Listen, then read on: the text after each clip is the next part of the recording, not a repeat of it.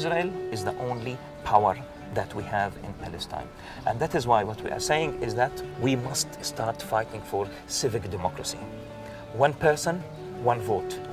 And therefore we need to come up with a democratic alternative, a secular democratic alternative.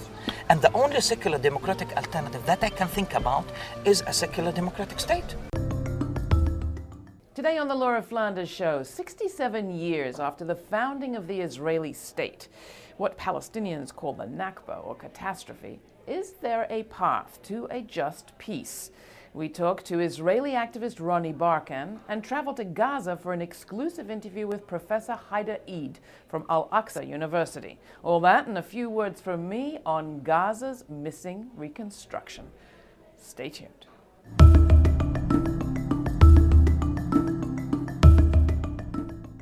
In the last Israeli elections, Prime Minister Netanyahu raised alarms about Palestinian citizens voting and declared his opposition to a two-state solution. Now, the two-state solution's been declared dead too many times to count, but have we actually turned a corner? Ronnie Barkan is an Israeli activist, a conscientious objector, and co-founder of Boycott from Within, a group of conscientious Israelis who support the Palestinian call for boycott, divestment, and sanctions, BDS, against today's state of Israel. He represented the Popular Struggle Coordination Committees at the European Parliament in Brussels, where he challenged EU institutional complicity in Israeli violations. Right now, on a brief trip to the United States, we're very happy to welcome Ronnie Barkan to the show. Hi, Ronnie. Hi, thank you for having me. So, very, very quickly, BDS, boycott, divestment, sanctions, what's it mean? The BDS campaign is a Palestinian-led campaign initiated in 2005, and what we call for is the implementation of three fundamental rights of the Palestinians, which are protected by international law and human rights conventions, and until such a time that Israel abides by its obligations under international law, we're calling on the international community to apply pressure by means of boycott, divestment, and sanctions against Israel. Now, a lot of criticisms have been hurled at the BDS movement, among others that it is anti-Semitic. So what's the significance of having an Israeli Jewish campaign that's part of it?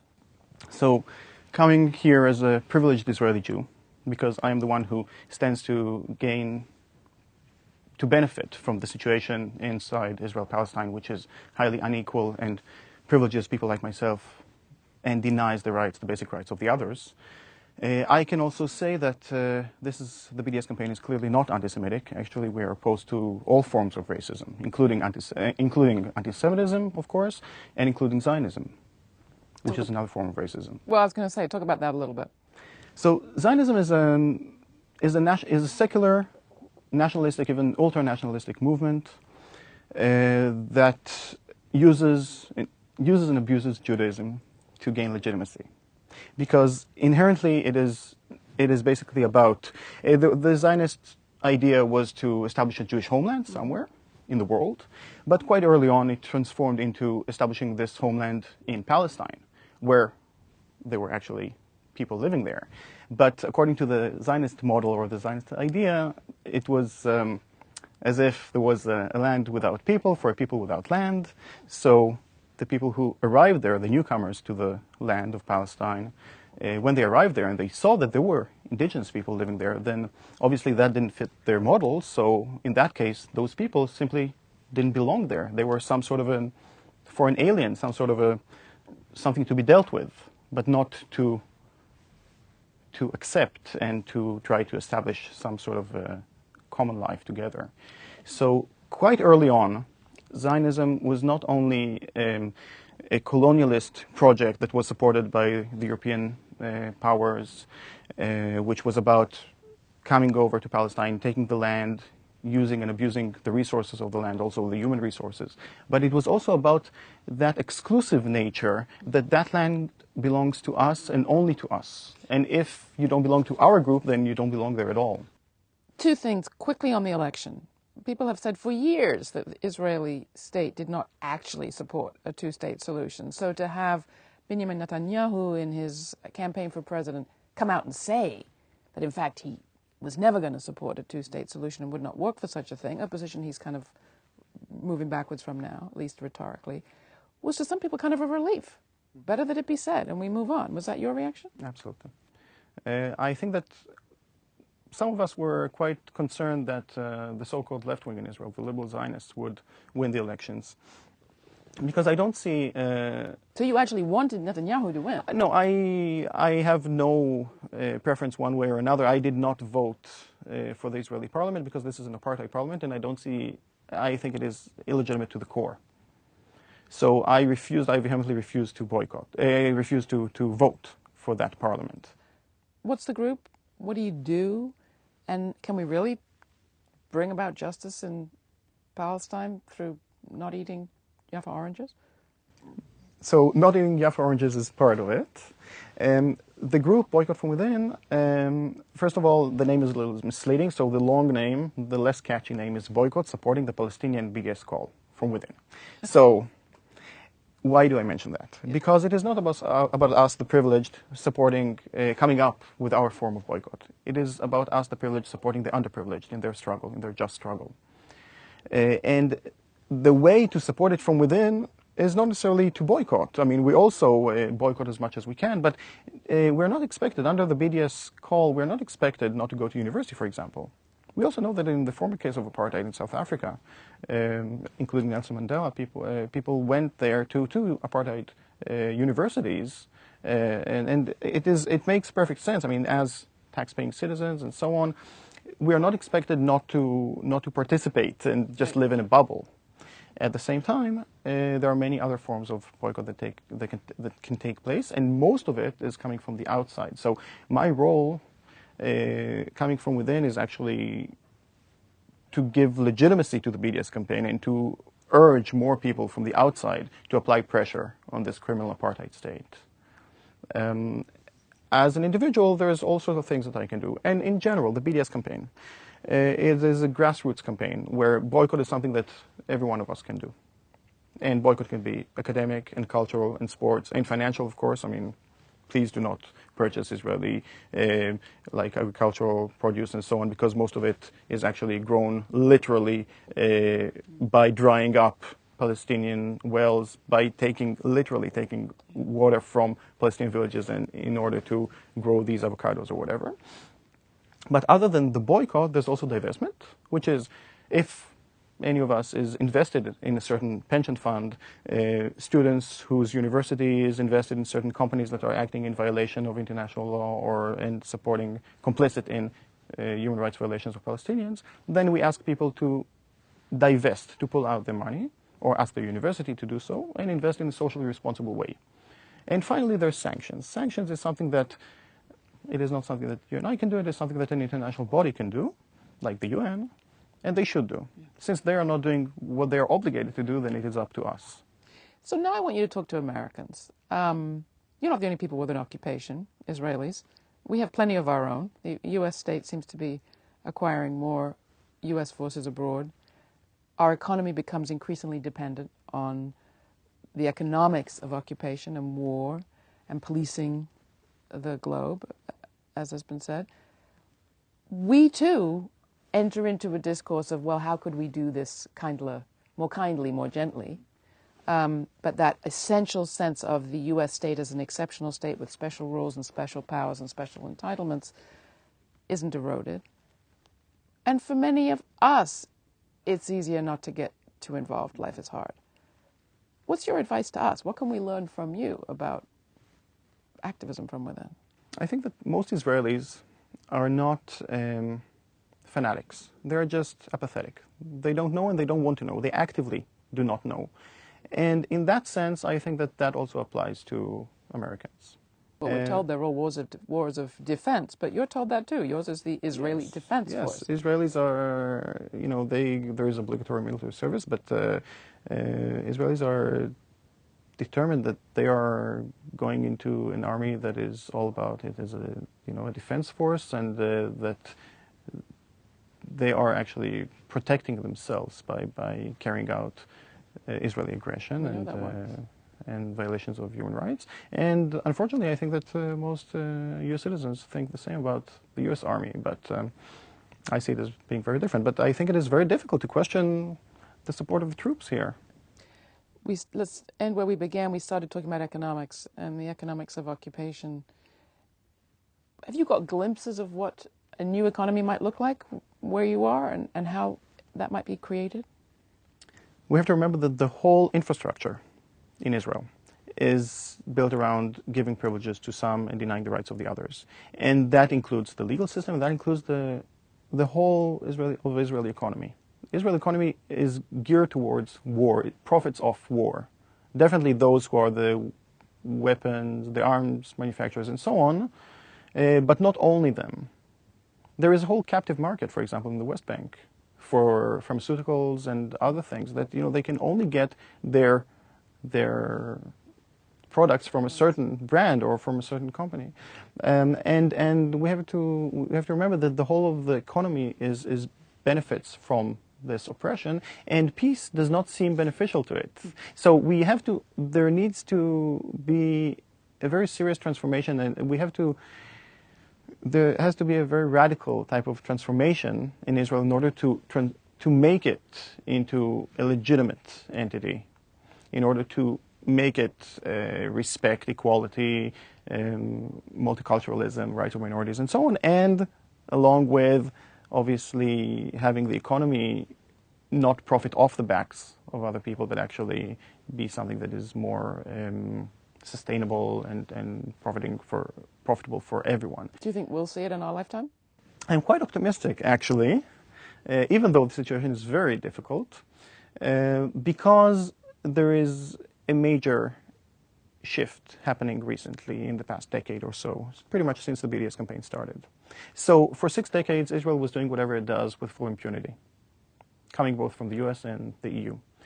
But in the past decade, everything is changing. The whole discourse is changing. 10 years ago, people would still talk about Israel as the only democracy in the Middle East, even though it's not a democracy and never was one, not even to begin with. It was built on everything that's opposed to democratic values. And then later on, the discourse changed, and today, even in the White House, behind closed doors, we hear people like John Kerry questioning whether Israel is an apartheid state. We heard the recent statements coming from Obama against Netanyahu, this is unheard of. I mean, it didn't happen in the past decades, such harsh statements from the US towards Israel. And along with that, there is a public outcry, because we don't have to look up to the politicians or depend on the politicians to do their role. We have to demand that of them, and I'm happy to say that there is a public outcry taking place thanks to the BDS campaign that is able to galvanize people around this rights-based approach. So we don't discuss whether we want one state or two states. We don't have a solution-based approach. That is secondary. What we have is a rights-based approach. We demand these 3 fundamental rights of Palestinians, and the way to implement it, that is secondary. We're willing to discuss that. But these rights, equality, for example, I'm not willing to concede for anything less than equality. Mm-hmm. And how will equality for the Palestinians serve you? And that's my last question.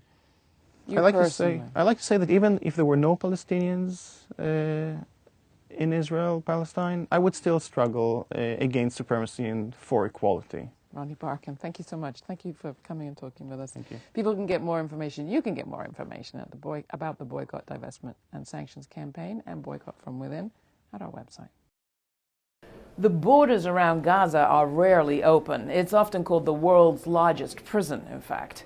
Those restrictions mean that voices from inside Gaza are almost never heard in the West. Today we present an exclusive interview with one of the intellectual leaders of Palestinian civil society, Professor Haidar Eid. If you are born a Jewish mother in New York, Moscow, whatever, you have the right to get an Israeli citizenship upon your arrival at Ben Gurion Airport. Whereas I, myself, who was born in Palestine, my parents were born in Palestine, my great-grandparents were in Palestine, do not have that right. Dr. Haidar Eid is a professor of postcolonial and postmodern literature at al-Aqsa University in Gaza. He received his PhD in English literature and philosophy from the University of Johannesburg. He is one of the intellectual leaders of the global movement for Palestinian liberation. The problem started with the signing of the Oslo Accords back in 1993.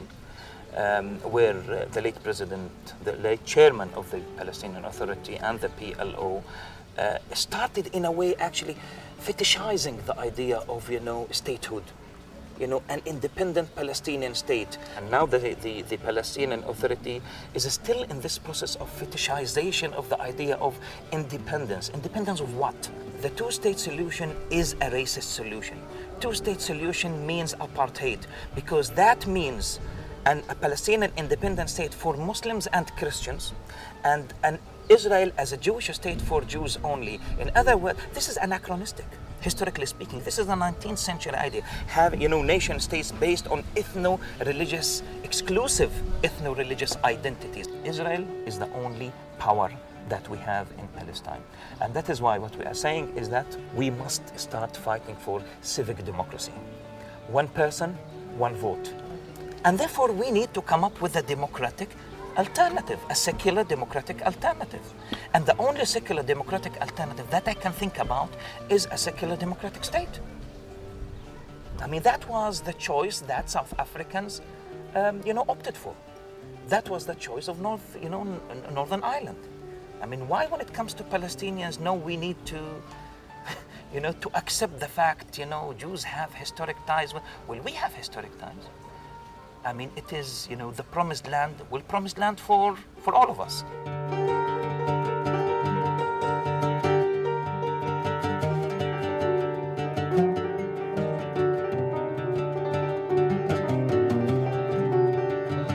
I think the essence of the Palestinian question is, the right of return. And what we are talking about here, we're talking about the return of more than 6 million Palestinian refugees living in the diaspora, most of whom are living, in miserable conditions. In the mid-80s, more than 75% of white South Africans voted for the apartheid system, right? And everybody was saying, I remember that very well, it is impossible for blacks and whites to live together in South Africa. The overwhelming majority of whites do not want to live with blacks. Reasons given, because blacks are violent, because blacks are dirty, because blacks are animals, all right? But the same percentage, more than 75% of white South Africans voted for the end of apartheid in 1994. Now, doesn't that raise a question? It begs for a huge question. What was the reason? I would go back to the BDS campaign when every single white South African felt ostracized whenever visiting a foreign country. BDS, Boycott, Divestment and Sanctions, is a Palestinian-led global movement to end international state and corporate support for the Israeli government. This is part of the promotion of civil resistance. This is what we are doing, right? A kind of promotion of civil resistance. And civil resistance means a non-violent struggle against occupation. The more you oppress black South Africans, the more ostracized you become wherever you go. Nobody wanted to buy South African products. Nobody wanted to play soccer or rugby or cricket with South African teams. Nobody wanted to shake hands with white South Africans. And that is why in 1994, they understood that, well, there got to be an end to this. When Israelis start feeling the same thing, Israel will be forced to look at the world and say, what do you exactly want? What I'm saying is that, no, you do not have two equal parties. I mean, Israel is a settler, colonialist, apartheid state, and it has to be recognized as such. And the two-state solution perpetuates that. We live in the 21st century. Northern Ireland, power-sharing government. South Africa, one person, one vote. Why not in Palestine?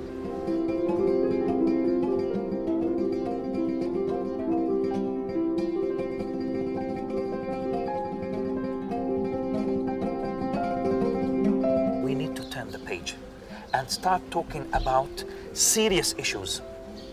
Not the two-state solution, not begging Israel to put an end to its settlement policy, not begging Israel to stop expanding its settlements in those.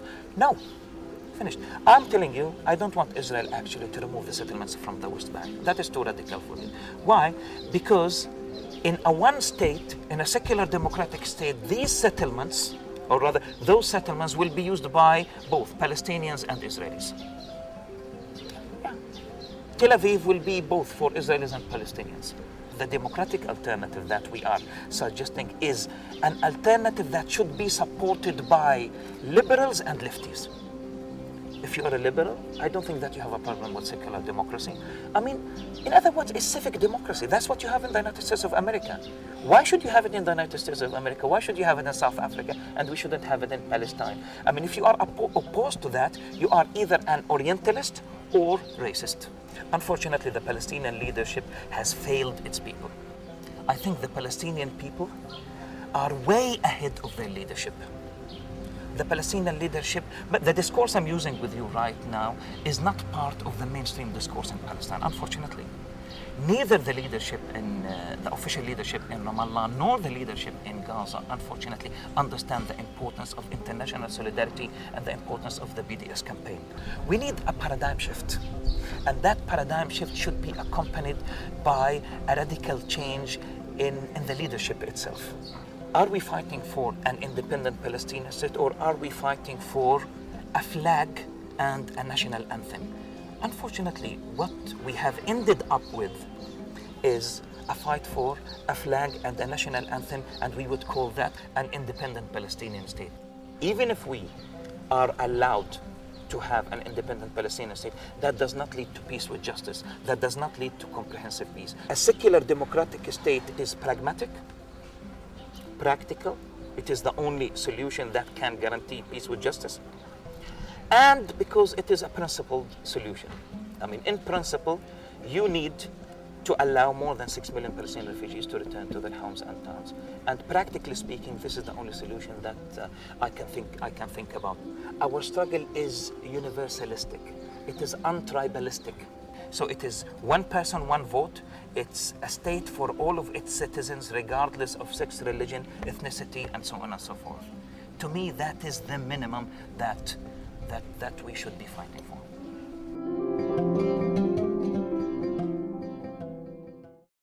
That was Professor Haidar Eid, filmed near his home in Gaza City.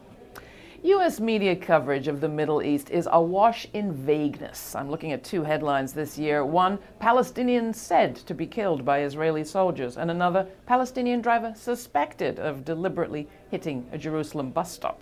On top of the vagueness, there's the imbalance. As the U.S. campaign to end the occupation reported this April, a single rocket from Gaza into Israel this year outweighed 6 Israeli incursions and 67 attacks on the Gaza Strip in the same 3 months.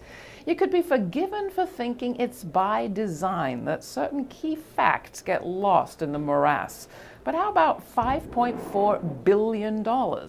That's how much countries around the world pledged last year for what State Department officials described as, quote, life-saving humanitarian assistance to help meet emergency needs in Gaza after Israel's 50-day onslaught last summer. Between early July and August 26 last year, the conflict killed more than 2,100 Palestinians, mostly civilians, and 73 Israelis, mostly soldiers, and left some 18,000 homes and vital infrastructure in ruins, which is what the United Nations Relief and Works Agency for Palestine Refugees in the Near East, UNRWA, says they are still ruins. Not a single home has been rebuilt, UNRWA spokesperson Chris Gunness reported on April 23rd. To date, he said, the UN agency has received funding to reconstruct just 200 of the 9,000 plus houses that need to be rebuilt. Israel's ongoing economic siege, which keeps most building supplies out, doesn't help. Still, those billions could make a difference. In addressing donor nations last October, Ban Ki-moon, the UN General Secretary, called Gaza a tinderbox. Quote, people need to see results in their daily lives, he stressed. They haven't. Budget crunchers love to crunch the numbers on government spending. How about crunching a bit on non-spending in Gaza before another hot summer starts?